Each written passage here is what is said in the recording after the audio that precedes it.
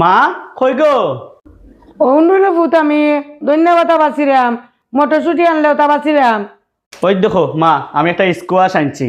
এবার তো শীত মা স্কোয়াশ খাইছি না, আর লগে ওই তো মা ইসা মাছও আনছি কয়টা। ভাড়া করছো রে ভূত, ইসা মাছ দিয়ে স্কোয়াশ খাইতে খুব স্বাদ লাগে। ওই মা, কখন আমি রান্না করবো এটা দিয়ে। আচ্ছা তে রাখা খাটে উঠে রান দিল হি। নগো মাছ গুনতা ডালো ই বলে রে পুত্রে খালাইছে আনচোর ওই মা এগুন খালা ইসা। খালাইছে এটা হইলো গাঙ্গর ইসা ফেনার তলর এটা রানলে লাল হইয়া বাসে উঠে।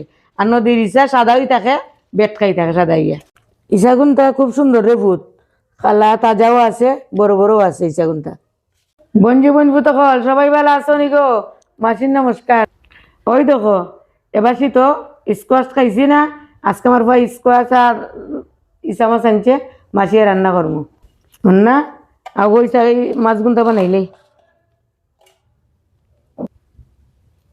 দেখ বাপি স্কোয়াশটা যে খোঁজ মারে ভূত।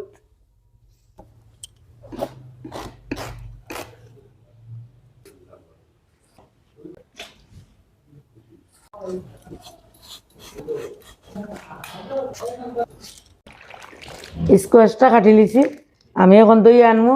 বৌমা তুমি গিয়া একটু মশলা বাটিলাও, একটু জিরা আর একটু পেঁয়াজ। এখন আমি পেঁয়াজ ফিসিলাম, কিছু জিরা ফিসিলাম। আমার পেঁয়াজ আর জিরা ফিসা হয়ে গেছে।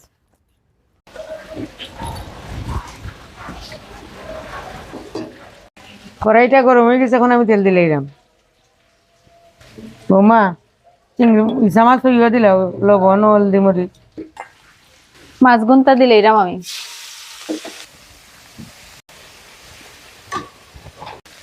ও তো ভবন জীবন ভূত খাল ইসাটা তো বেনার তলে আর কি সুন্দর রং ধরছে, দেখো লাল লাল হয়েছে। আমার ইসা বাজি হয়ে গেছে, এখন আমি লামাই নিলাম। ইসা বাজিতে আমি আর একটু তেল দিলাম। এখন তেলটা গরম হয়ে গেছে, পেঁয়াজটা দিলাম বৌমা। পেঁয়াজটা বাজি হয়েছে বৌমা, পেঁয়াজ বাটা আর জিরা বাটাটা দিলাম। হলুদ মরিচ দিলাম।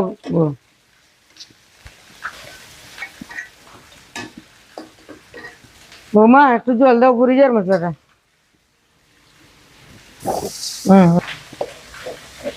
বৌমা মশলা বাজি গেছে, তুমি এখন স্কোয়াশটা দিলাম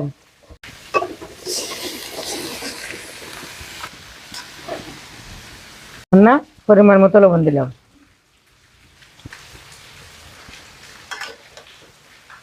আমি এখন ডাক্কা দিলাম স্কোয়াশটারে একটু কষাই। স্কোয়াশ মজিয়া যে জল বাড়াইছে। এখন ইসা মাছ কোনটা দিলেই দাম।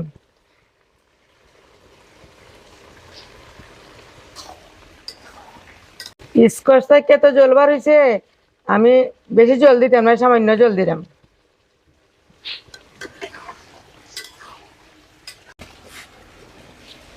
স্কোয়াশটা খসানির মধ্যে সিদ্ধ হয়ে গেছে, আমি এখন জাস্ট 5 মিনিটের লেগে ঢেকা দিলাম। স্কোয়াশ দিয়ে আইসা মাছটা রান্না হয়ে গেছে, এখন আমি কাঁচা মরিচ আর ধনিয়া পাতা দিয়া নামাইলাম।